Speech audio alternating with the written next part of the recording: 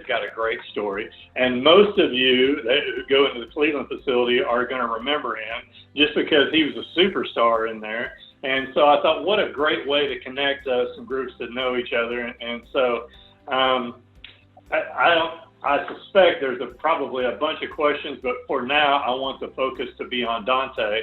And so he and I are going to just chat a little bit. I've talked to him already. I'd like him to tell his story of kind of reentry back into society, what's that like in the PEP community. And then we'll chat for about 10 or 15 minutes, kind of interview format. And then we'll open this up for a little Q&A. And then we'll just spend some time together and see how things are going. So with that, spotlight to you, Dante. Dante, who are you? Well, my name is Dante Villarreal, a.k.a. Sour Patch Kids, because first I'm sour, then I'm sweet. And I just want to thank each and every one of you for being a part of this Zoom meeting. It really means a lot in times like this, and it's awesome. How long have you been out? I've been out since February 11th, so I've been out about 2 months. Okay, great. Now, will you remind me, and everybody, I've asked him if it's okay to share this, will you just tell us why you were in prison, how much time you did, and kind of a real brief overview of kind of how that went? I was in prison for aggravated robbery with a deadly weapon. I caught this charge in 2014, and I prolonged my prison sentence all the way to 2018. So this time I was gone for 2 years, but all in all, I've served 3.5 years on this sentence. And it basically came about, I was 17 years old. I was addicted to drugs. I was smoking weed, taking Xanax, just doing it all. I didn't really have any priorities or goals. And it was my junior year, summer. And I didn't have the patience to get a fast-paying job or the want to. So me and my friends got the bright idea to rob a smoke shop in Garland, Texas called Purple Haze with fake guns, which is extremely dangerous. And I'm lucky to be alive. I'm thankful to be alive. And I'm lucky that I'm not serving a double-digit sentence right now. All in all, that's what I did to get to where I'm at now. Okay, so I know you've got some family up in the Metroplex, and you chose to go to our transitional house. That's right, you went to Columbia, correct? Yes, sir. Tell us a little bit about that experience. What did you encounter by going to transitional house? Going to the Columbia house was absolutely amazing. There's always all kinds of rumors on the inside, being a part of PEP, that, you know, PEP isn't really there for you when you go on to the outside and be free. But that is the biggest lie that I ever heard. The day that I got out was absolutely amazing. I met my life caddy, Bobby Sharp, great guy. I got the hygiene pack. It's like $250 worth of stuff in a duffel bag, which is definitely a great hand up. And we went out to eat wherever me and the other guy that got out wanted, which was also awesome. And those were all things that other inmates told me weren't going to happen.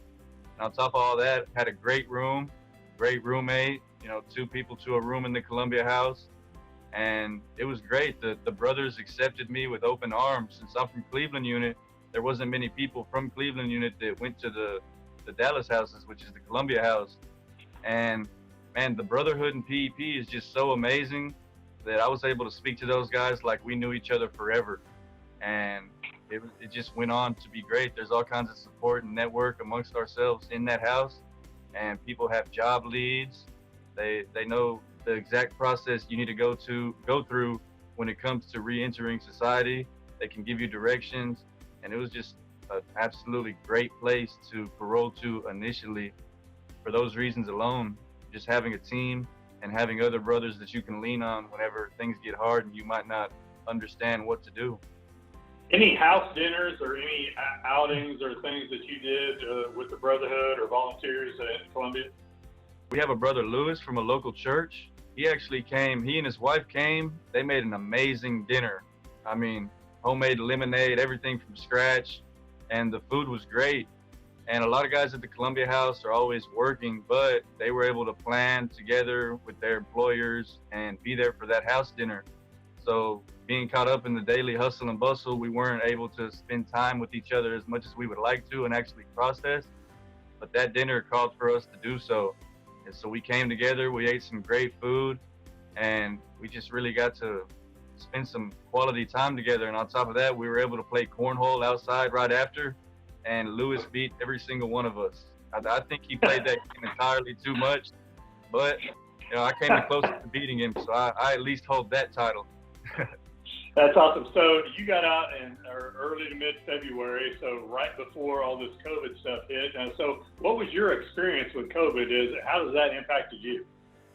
I was able to actually, right when I was becoming established and becoming gainfully employed, and actually the ball started rolling for me, that's when COVID-19 hit.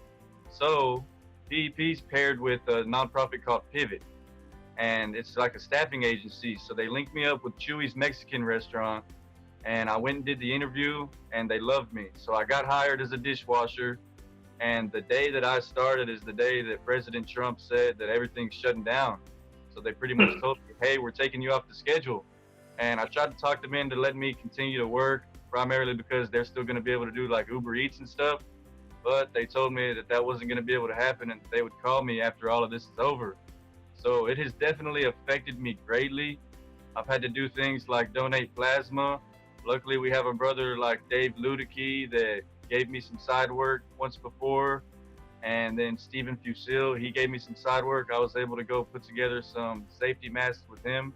So there's definitely been a lot of side jobs that the Lord has blessed me with, and that PEP's network alone has blessed me with. But it has definitely affected me financially, and that's probably the main thing that it's affected me by. Okay, so you're scrambling to get by, and you're doing whatever you can, you're doing whatever means necessary. What did you have for a plan going forward, or what opportunities did you jump on?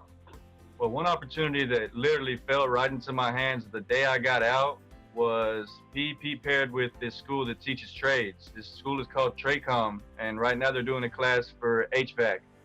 And what that is basically heating and air ventilation. So I jumped on that, started going to school. It's an 8-week school, and everything's free. All you do is sign a 2-year contract and agree to work for their companies for the 2 years. And this school is just absolutely great. I mean, they feed you free lunch every day, every class.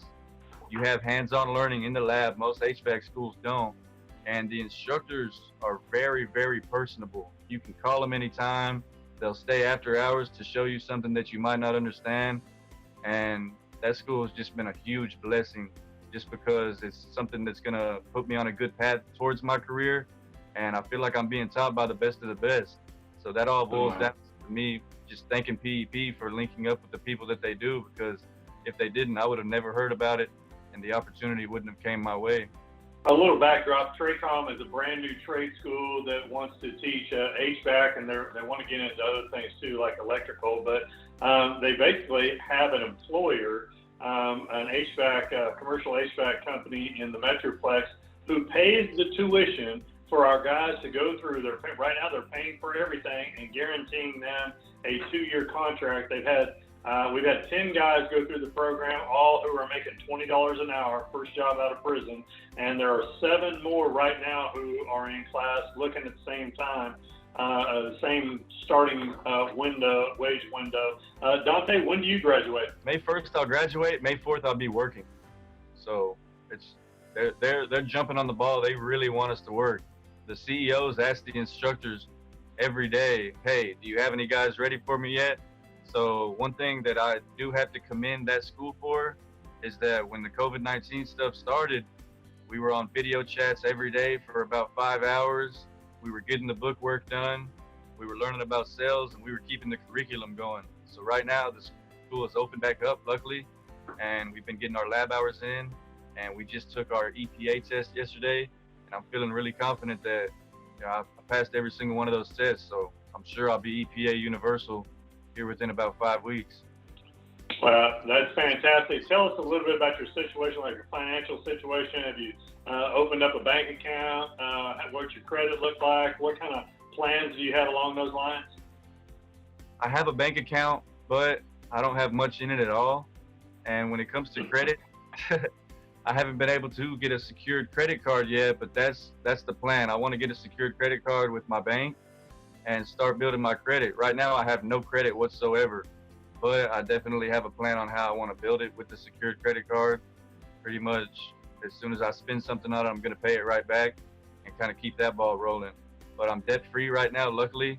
The only thing I do owe really is court costs, and I owe the city of Garland about $3,000 for committing an aggravated robbery in the county.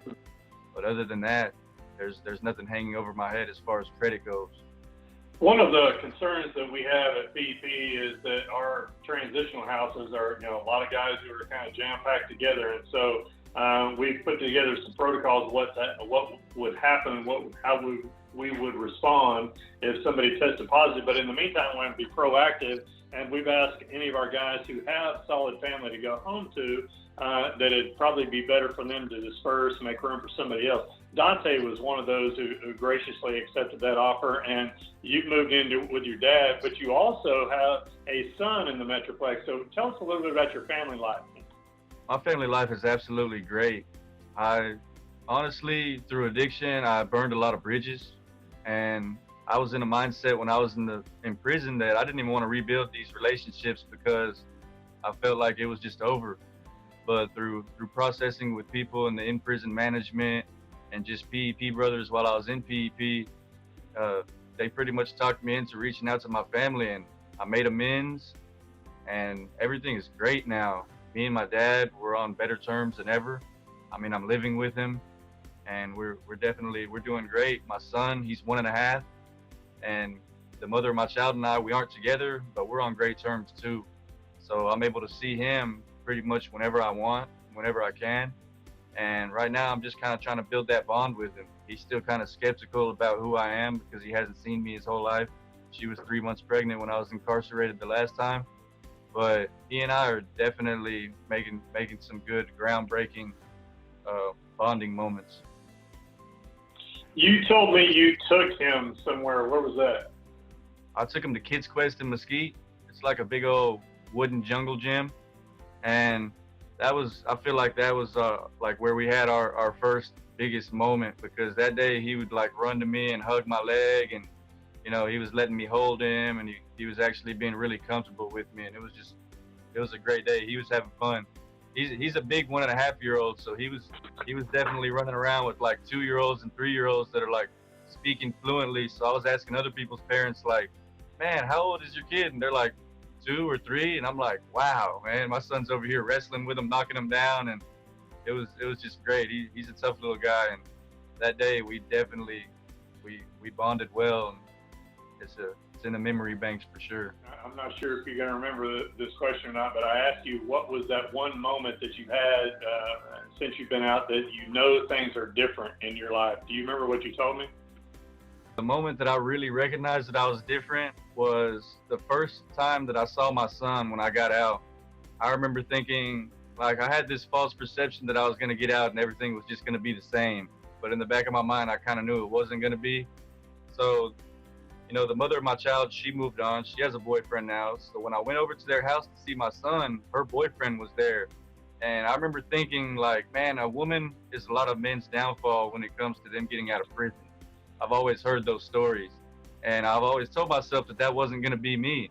So when I got there and I saw how like awkward it was and how like everybody was kind of treating me because he was there, initially I thought about the old Dante. I probably would have wreaked a lot of havoc and then left and relapsed and probably ended up right back in prison. But instead, I embraced that man. I shook his hand. We had a conversation. Everybody was extremely surprised. I could see everybody was like walking on eggshells at that point. But he and I hit it off, and we've come to a great understanding. I definitely consider him a friend. And that was the moment I really realized that I changed, because I never would have thought that I'd be able to associate with anybody that, like, he didn't take her from me or anything like that. She moved on because of the decisions that I made. And all I can do is blame myself for that and move on and progress. So I'm glad that she's with a good guy. He seems like a great man. And, we're definitely all on great terms. So that was the day that I really realized that, man, I'm different now, and I'm never going to resort back to my old ways. I'm going to embrace every situation that I encounter with positivity, and I'm going to do the right thing. Wow. Dante, I'm not surprised at all that you're doing so well. You were a great servant leader for us on the inside. Dante was a pod coach. He was also our journal editor. He did a great job in every role that he's ever done. And so share with us a little bit. I asked you too, kind of what are your goals? Maybe 1-year goal and a 5-year goal. What's the future look like for Dante? When it comes to 1 year goals, I'm definitely going to be a service technician for HVAC by the end of next month. I want to make this effective business model for a food cart that I'm working on that I can do on the side. By the end of the year, I'll be a member of a Toastmasters International Club out here. I'm going to be donating some money to the prison entrepreneurship program because, man, the way they changed my life, it's priceless, and I could never repay that. I'm going to get a secured credit card, of course, and I'm going to be 1% better every day. That's the 1 year goals. How about 5 years? 5 year, I'll be a mid-level HVAC service manager. So I definitely plan on progressing to that point by then, and then maybe even designing some systems. I'll be debt-free. I'll own my own house and car. I'm gonna raise my son in a great neighborhood. I'll be happily married. I'm gonna make sure he's going to a great school, maybe even get him into some sports if that's what he wants to do. I'm gonna stay patient. I'm gonna stay fit. I'm gonna be organized. I'm gonna be open and spiritually grounded. I'm gonna write every day. I'm gonna save up for a passport so that way I can travel in the future, maybe even show my son the world. I'll be continuing to build my credit, and I'm gonna keep an eye out for bargains on cars and houses. And maybe I'm gonna get my dream car for sure, which right now is a Jeep Gladiator. Golly, I think you've rendered me speechless, Dante. That is awesome. What a great vision of the future. So I think we're at a great spot to open this up for any Q&A or feedback or encouragement. Thank you for sharing that. I mean, that's an amazing story to hear your transformation and to hear your plans and just to hear so many detailed goals. Like, you know where you want to go, you know where you've been, you have steps to get there. I mean, it's truly amazing to hear that. And I'm incredibly excited for you. So just want to say thank you for sharing your story. And could you kind of talk a little bit about the point you talked about when you realized you changed, but what do you think it was, or when do you think it was in the program that really kind of made that shift for you, or made you change your mindset? The point in the program that really made me change my mindset was when we were doing Authentic Manhood. At one point, the people who were participating in my small group didn't want to talk about anything that we were watching on video. And I was really itching to do so because I felt like that was my point where I needed to open up. So, slowly but surely, those guys just chose not to be in the program anymore and just kind of moved on from being in PEP. And when I got to my next small group and joined in with some other guys, I made sure that I was going to lead that group and we were going to talk about exactly what we just watched. And it was great. Just being able to process those really soft spots within myself are what led me to move on and actually embrace the future that is definitely ahead of me. So first of all, thank you so much for sharing what you just shared.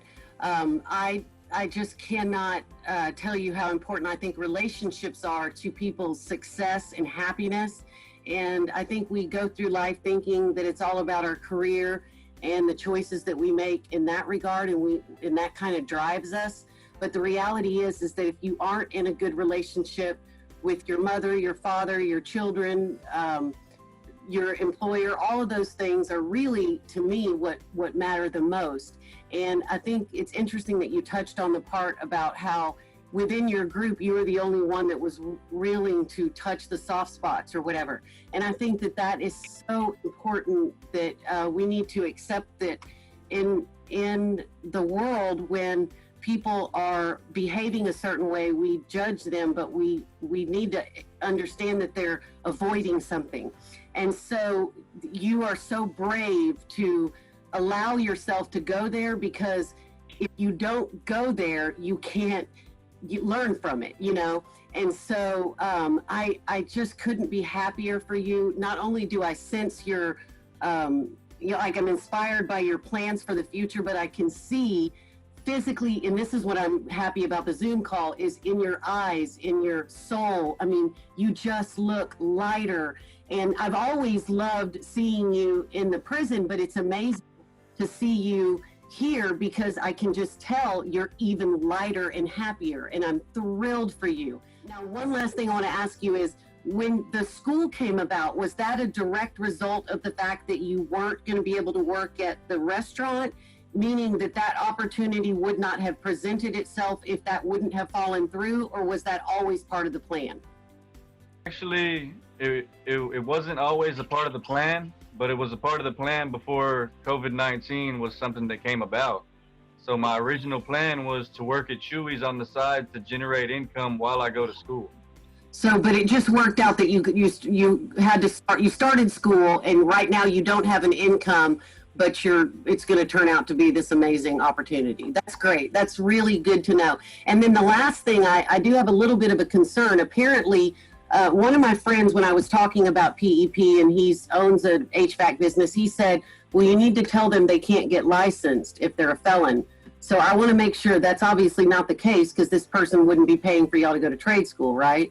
That statement actually is not true. He's talking about the TDLR license. Basically, what TDLR is a background check. And I have an aggravated robbery with a deadly weapon, a violent crime, and TDLR sent me my license last week. So, wow. Yeah. So I'm getting all my certifications. We probably got time for another one. Maybe Nancy, and then we'll come back to you, Kathy. Since you have been recently released, we, in part of the program, is preparing all of our men for reentry. Is there one area that you found that maybe we or the program has missed in preparation for your reentry? That may not be something you want to answer right now, or you may need to think about it, but I was just curious if there's maybe something that wasn't communicated to you that maybe we can even do better. I'm going to be honest. I feel like every single thing was communicated to me clearly. The life caddies are fully equipped to give us exactly what we need to be successful, and that's all through PEP. So as far as reentry goes, it all starts with personal choice to want to do good and immerse yourself in success. But PEP told me everything that I needed to know on the inside, and then the life caddies, they're all great, and they're trained to do exactly what somebody needs when it comes to reentry. So I don't think that there's anything else that can be done. It's being done. That's outstanding. For the record, I did not pay him to say that. Kathy, I think you had a question or a comment. Yes, I echo, Dante, what everybody else has said. It's wonderful seeing you in your green shirt and just everything going so well for you.